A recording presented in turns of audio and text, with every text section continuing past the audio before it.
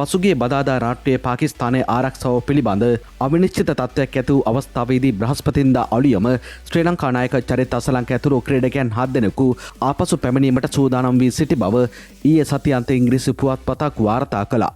එහිදී නායක චරිත අසලංක කමදු මෙන්ඩිස් වනිදු හසරංග මහිස් තීක්ෂණ අසිත පනන්දු ජෙප්‍රි වැන්ඩසේ සහ සදීර සමර වික්‍රම යන ක්‍රීඩකයන් බ්‍රහස්පතින්දා අලුයම 3ට ආපසු මෙරටට පැමිණීමට ගුවන් ටිකට්පත් පවා වෙන්කර තිබූ බවයි එම පුවත්පත් වාර්තාවේ වැඩි දුරටත් සඳහන් වී තිබුණේ.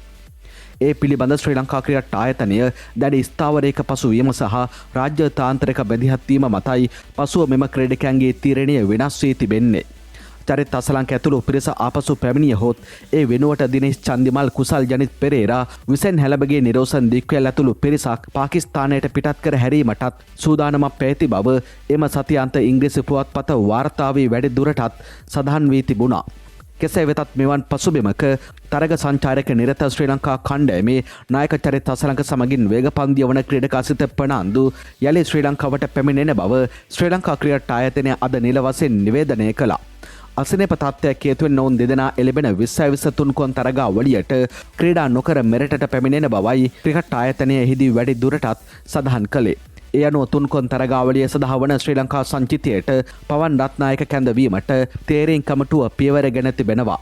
කෙසේ වෙතත් පවන් රත්නායකද ශ්‍රී ලංකා 2020 කණ්ඩායම වෙත එක් කිරීම පිළිබඳ ක්‍රිකට් විචාරකයන්ගේ දැඩි විවේචනයට ලක් වී තිබෙනවා. පවන් රත්නායක එක්දින පිටි අති සාර්ථක පිතිකරුවෙකු වුවත් ඔහුගේ 2020 වාර්තා පවතින්නේ දුර්වල මට්ටමකයි. පවන් රත්නායක පළමු පෙළ 2020 පිටියේදී තරග 32කදී ඉනිම 24ක් තුල නොදවීම් 4ක් සමගින් වාර්තා කර ඇත්තේ ලකුණු 245ක් පමණයි. එහිදී ඔහු වාර්තා කර ඇති වැඩිම ලකුණු සංඛ්‍යාව 42ක් ලෙස සටහන් වනවා. කෙසේ වෙතත් ඔහුගේ 2020 පිටියේ ලකුණු ලබා ගැනීමේ සාමාන්‍ය 12.25ක ඉතා අඩු අගයක් ලෙසයි වාර්තා වන්නේ. ඒ අනුව එක්දින පිටියේ 44.59ක ඉතා හොඳ ලකුණු සාමාන්‍යයක් වාර්තා වී තිබුණත් ඔහු 2020 පිටියේ තවමත් ස්ථාවර වී නැහැ.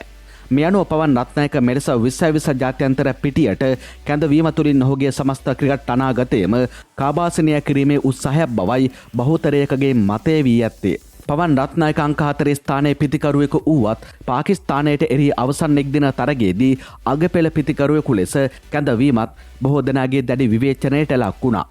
කෙසේ වෙතත් චරිත අසලංක මෙරටට පැමිණීම හේතුවෙන් කණ්ඩායමේ නායකයා ලෙස දසුන් සානක පත් කිරීමටයි තීරණය කර ඇත්තේ.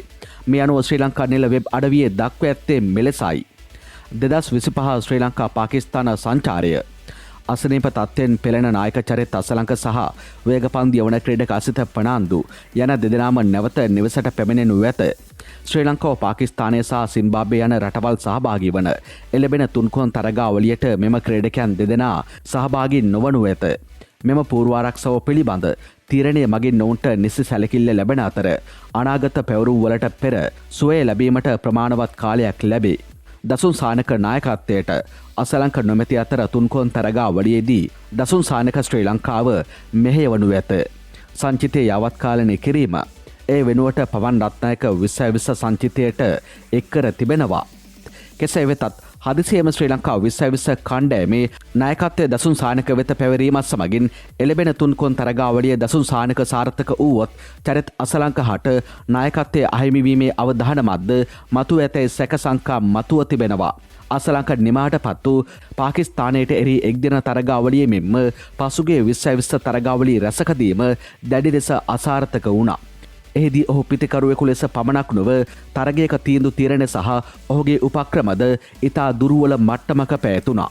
මේ අනුව යාවත් කාලීන වන තුන්කොන් තරගාවලියට අදාළ ශ්‍රී ලංකා 2020 සංචිතය වන්නේ නායක දසුන් සානක, දුස්මන්ත චමීර, වනිදු හසරංග, දුසන් හේමන්ත, ජනිත් ලියනගේ, ඒසන් මාලිංග, කුසල් මෙන්ඩිස්, කමදු මෙන්ඩිස්, කමිල් මිසාර, පැතුම් නිස්සංක, කුසල් පෙරේරා, බානුක රාජපක්ෂ, පවන් රත්නායක, මහිස් තීක්ෂණ සමගින් නුවන් තුසාර යන ක්‍රීඩකයන්. පැයම් පැය අලුත් වෙන දෙස් විදෙස් ක්‍රිකට් පිටියේ අලුත්ම ක්‍රිකට් තොරතුරු ඉදිරියටත් දැන ගැනීමට නම් ක්‍රිකට් ලෝකයා YouTube නාලිකාව සබ්ස්ක්‍රයිබ් කර බෙල් සලකුණ ක්ලික් කරන්න.